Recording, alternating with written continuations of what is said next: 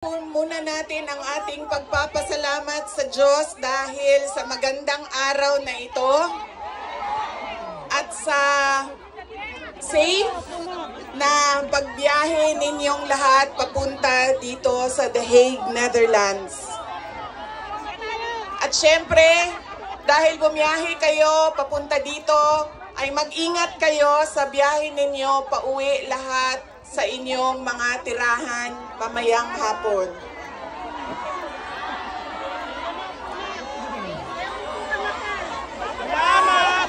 Susunod po ang pagpapasalamat ko sa Dutch Police sa kanilang pagtulong sa atin na mabuo yung programa ngayong hapon na ito at sa pahintulot na tayo ay magkaroon ng rally para kay Pangulong Rodrigo Duterte. Maraming salamat po sa Dutch Police and of course sa local government ng The Hague at sa Foreign Ministry ng the Netherlands. Maraming salamat sa kanila.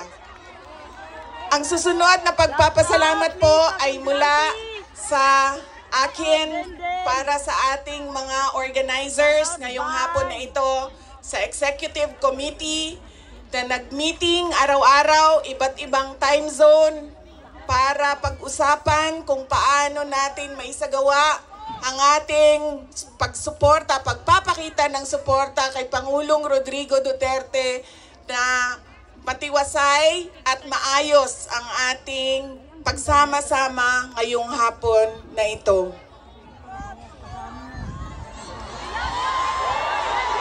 Duterte! Duterte! Duterte! Duterte! Duterte! Duterte! Kanina nung naglalakad ako papunta dito sa park, meron akong mga nakasalubong na mga galing Germany. At tinanong ko sila kung gaano katagal ang biyahe mo, ma'am, papunta dito. Sabi niya 9 hours daw. Yes. At 9 hours din daw siyang babiyahe pauwi. So ganyan ang pinapakita ninyo na pagsuporta kay Pangulong Duterte at pagmamahal sa ating bayan. Maraming salamat sa inyong lahat. Alam ko, lahat kayo may hanap buhay, may kailangan asikasuhin, may mga personal na pinagdadaanan, merong kailangan na paglalaban na gawin sa mga damit ninyo,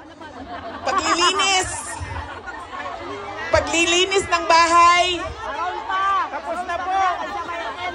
pagbayad ng utang,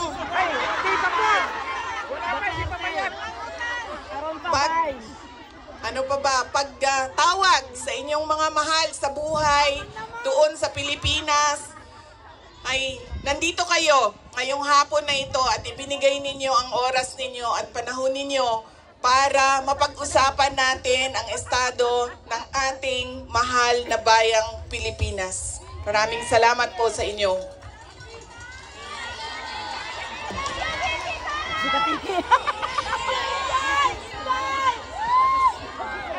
Naikwento ko na ito noon, pero mas mahalaga yung kwento ngayon dahil napag-usapan namin siya ni Pangulong Duterte doon sa loob ng detention center ng ICC.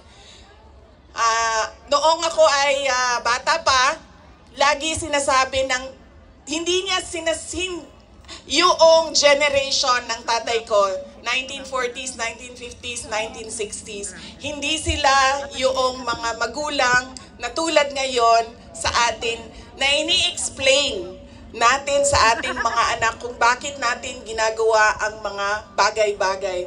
Lagi dapat may explanation. Sa kanilang henerasyon ay diretso ka lang pagsasabihan or pagalitan. Ganun yung generation nila. Nung ako ay lumalaki, lagi niya sinasabi sa akin, hindi ka tao sa paningin ko kung hindi ka doktor o abogado. Lagi niya yung paulit-ulit habang ako ay lumalaki. Lagi niya yan sinasabi, pag hindi ka natapos ng pag-aaral mo, magiging abo ka dyan sa gilid ng daan. he always emphasized that you mean nothing to the world if you do not finish your education. That was his, that is my greatest gratitude to my father. The emphasis he gave in education. Wala namang problema sa akin yun nung ako ay lumalaki dahil gusto ko din naman talaga maging doktor. Kaya on that point, pareho kami ng, hindi ako yung pinipilit ng mga magulang na magdoktor ka kahit ayaw. So walang naging problema sa amin doon. Pero nung hindi man naging successful yung aking pagpasok sa medisina, ay lumipat ako sa pagiging abogado dahil binigyan din naman ako ng option ng aking tatay na pwede ang abogado. Yun lang ang katanggap-tanggap sa kanya. Maging abogado o maging doktor. Noong nakapag-usap kami, noong isang araw, sabi niya sa akin, naging forceful ba ako? Mapilit ba ako sa pagsabi ko sa iyo na maging abogado ka? Sabi ko, oo. Sinasabihan mo ako, pinapagalitan mo ako. Lagi. Kinento ko sa kanya na isang beses, bihira akong umiyak. Pero isang beses, dahil nalaman ko na hindi ako makakatuloy sa 4th year law school dahil meron akong isang bagsak na subject, wala akong ibang masabihan nung sakit na nararamdaman ko. Kasi pakiramdam ko, yung tatay ko lang din, ang makakaintindi sa akin. Dahil dumaan din siya ng law school. So tinawagan ko siya. Hindi ako makapagsalita. Iyak lang ako ng iyak. Humahagulgul ako sa iyak na sinasabi lang niya, hello, hello, hello, nasaan ka? Nasaan ka? Yun lang ang sinasabi niya, nakidnap ka ba? Nakidnap ka? Tapos iyak lang ako ng iyak. Tapos dalawa lang ang tanong niya na paulit-ulit, nakidnap ka ba o buntis ka ba? At that point na paulit-ulit na niyang tinatanong kung buntis ba ako, sabi ko na sa kanya, pa, hindi naman siguro umiiyak ang babaeng buntis. Siguro happy. Happy siya, no? Na buntis siya. Sabi ko, nahihirapan ako sa isang subject ko and pakiramdam ko, sasabit ako dito. Tapos ang sagot lang niya sa akin ay, sabi niya, yun lang pala eh, bakit mo ko tinatawagan? Mag-aral ka na. Ganon ka tigas yung kanyang paniniwala at pagpipilit na ipursige ko ang aking edukasyon. Wala nang, wag ka na umiyak, mag-aral ka, magmadali lang yan, lumabas ka muna, magkape ka, wala. Sinabi lang niya sa akin, yun lang pala. Ibaba mo na yung telepono at bumalik ka na sa pag-aaral mo. Kaya noong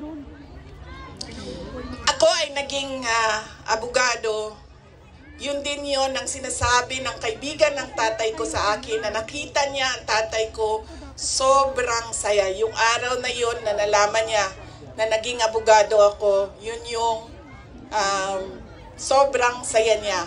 At sinabi sa akin nung kaibigan ng tatay ko, sabi niya, hindi mo maiintindihan kaming mga tatay na kaming mga abogado pag nagkaroon kami ng anak na abogado. Ganun, iba yung saya namin kapag nakikita namin na meron na kaming anak na abogado. Sabi niya sa akin doon, sabi niya, pinilit ba kita? Sabi ko, hindi lang pilit.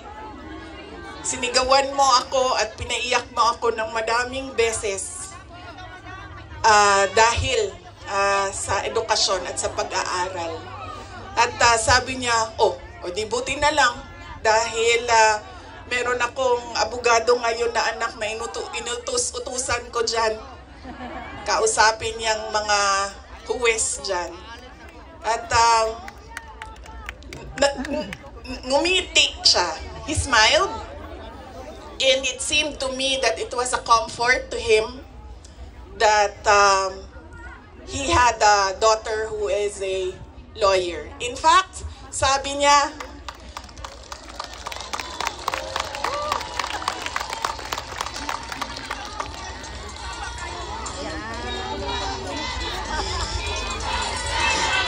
Inday Sara Duterte! Inday Sara Duterte! Inday Sara Duterte! Inday Sara Duterte! sabi niya, lagi na makapag-usap, sinasabi niya, kailan ka ba uwi ng Pilipinas? Anong date ka uuwi ng Pilipinas? Anong ginagawa mo dito? Bakit hindi ka pa umuwi sa Pilipinas? Sinasabi ko sa kanya, inaayos ko lang yung sistema dito at pagkatapos inaantay ko yung mga kapatid ko na pumunta dito. At sinabi niya, ito din, may patama din or diretso din, bullseye din sa edukasyon. Sabi niya, sabihan mo si Paulo na okay lang ako. At huwag siyang pumunta dito hanggang hindi matapos ang eleksyon at maging congressman siya ng 1st District ng Davao City.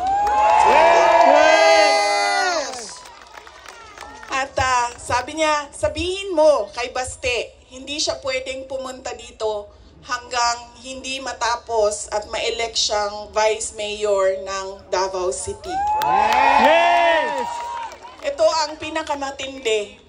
Dahil pinagtatawanan namin siya sa group chat namin. Kaming magkakapatid 4, meron kaming group chat. Dahil ang sinabi niya kay Veronica, sabi niya, sabihin mo kay Kitty, hindi siya pwede bumisita dito hanggang hindi siya abogado.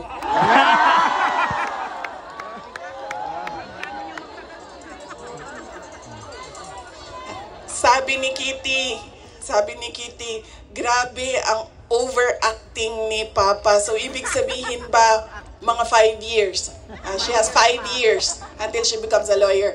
Na meron pa akong 5 taon na bago ako makabisita. Ganon siya kahit na nandun siya sa loob, ang kanyang iniisip, unang-una, yung mga kapatid ko na kailangan magtrabaho para sa syudad ng Davao, yung kapatid ko na kailangan mag-aral. Yun pa rin ang iniisip niya. At kapag tinanong mo siya, pa, ano ba ang kailangan mo dito sa loob? Ang sinasabi lang niya, alam mo yun, mga bagay na shaving cream, Coke Zero, Maruya! Saging! tumigil na siya sa kakahingi ng Pinoy na ulam dahil parang hindi talaga kaya nung nagluluto sa loob ang Pinoy na ulam. Pero nagpadala ako kahapon ng PDF file ng mga recipes na pwedeng sundin nung nagluluto. Yes! Duterte! Duterte! Duterte!